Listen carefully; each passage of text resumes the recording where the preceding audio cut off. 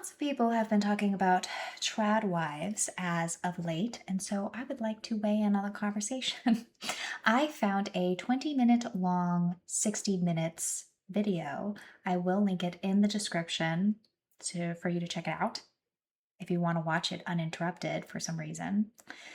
Otherwise, I'm going to be watching it, pausing it, making commentary. So let's jump right in. Coming up on 60 Minutes. Typical blue and pink jobs. Boy jobs and girl jobs. Yep. Generation old-fashioned. That means submitting to my husband. The rise and rise of the trad Do you wife. see the tradwife movement as a warning? Absolutely. I don't think this movement is just led by women. That's next on 60 Minutes. You might think that in 2026, anyone coming out and saying a woman's place is in the home would prompt immediate demands for them to wash their mouths out with soap. So I don't know about you guys, but in my house, we don't actually wash people's mouths out with soap because they have a different opinion than us. We typically reserve that for things like lying or being overtly offensive.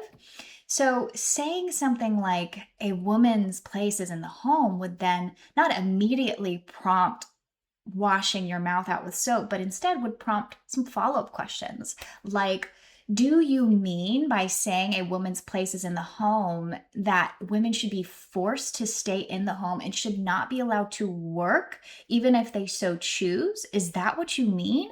Because if so, that's a really narrow-minded perspective. It's not well-founded, and I would say it's probably a pretty rare perspective in this economy.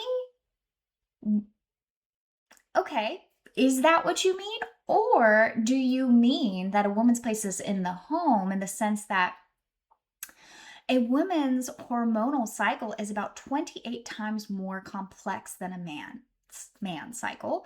Every day, a healthy male wakes up and his hormonal cycle resets.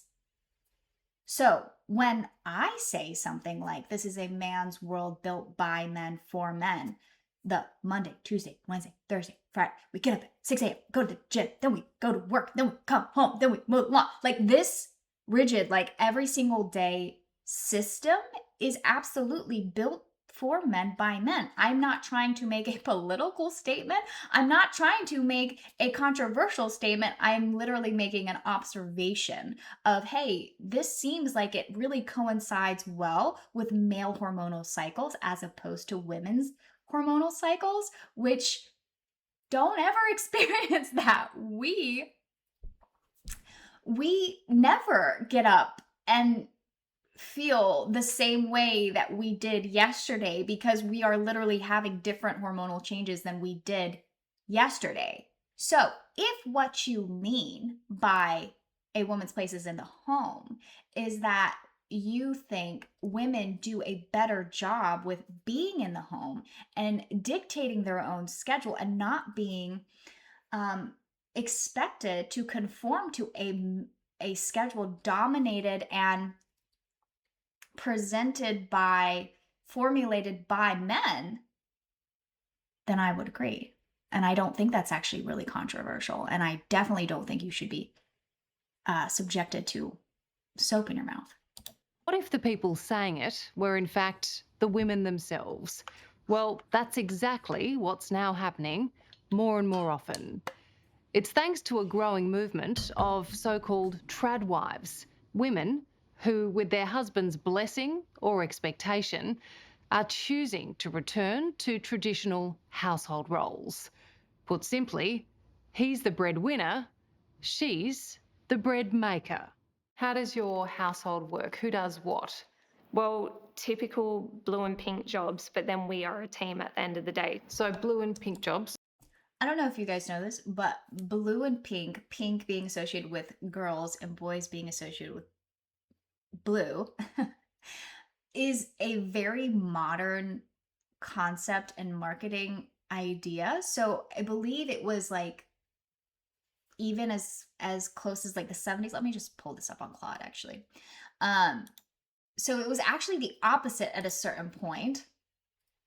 Let's see here. When did pink become a girl color? Pink wasn't always coded as feminine. That's actually a pretty recent convention, solidifying in the mid-20th century. So before the 1900s, babies and young children of all genders typically wore white since it could be bleached easily. Dropping down here. In fact, some trade publications and parenting guides from that era suggested the opposite of today's convention, pink for boy seen as diminutive of strong red, and blue for girls associated with delicate, dainty, Virgin Mary, and religious art. The switch happened gradually around the 1940s. Okay, so I was about 30 years off there. Manufacturers and retailers experimented with various color gender pairings for decades, and there was no consensus. By the 1940s, American clothing manufacturers and retailers settled on pink for girls, blue for boys, largely as a marketing decision. It gave parents a rule to follow, so they buy gender-specific clothing for each child rather than reusing gender-neutral items. They got you again. I'd say like me cooking and cleaning, Creshy's outside doing all of the like yard work and making the money for us. The idea of pink and blue jobs might be rare these days, but for the Basanoviches, it's a recipe for wedded bliss. Come on, boys. Come on. On their Queensland property, Amber does the housework and looks after daughters Mila and Lucia, while husband Creshy is in charge of the cash. Nothing compares to the fulfillment that I feel being at home, being there for my family, supporting my family in my own way. Halfway around the world, in the US city of Nashville, Janae Elizabeth loves nothing more than cooking and serving breakfast for her husband, Austin Michael. Dear Heavenly Father, thank you for this day. Thank you for this food. Being a traditional wife to me is fulfilling my role as a biblical wife, and within that means submitting to my husband, serving him as he serves me as well. And my priorities are taking care of the home and making it a home, bringing it peace, cooking, cleaning. And you, Austin, what's your role in the household? I like to see myself as the provider and protector. I think men are a little more, we're kind of built for battle, or we're built to endure, so that women don't have to. So are you the boss, Austin? Are you the leader of the household? I like how they go from saying, yeah, I like to take care of the home and those are my responsibilities. And he literally uses the analogy of going into battle so that his wife doesn't have to, as the provider and protector of the home. And she goes, so you're the boss? What? Okay. Doesn't seem like you're coming in here with a neutral perspective. I mean, you'd have to ask her. It sounds like something straight out of the 1950s, but Janae and Amber are modern women who have chosen to revert to traditional gender roles. 9, 10. There is 10 eggs. Yeah. That would be great for making the cakes. While being a so-called tradwife might not be everyone's cup of tea, nor a luxury all can afford, this revival and repackaging of old-fashioned domestic life has taken off. Welcome to life as a trad wife. Of course, we're grocery shopping today. So, is it a hack for happy homes? The wife that stays home, that cooks the dinner, that does Or a step backwards for women? while the man is out making the money.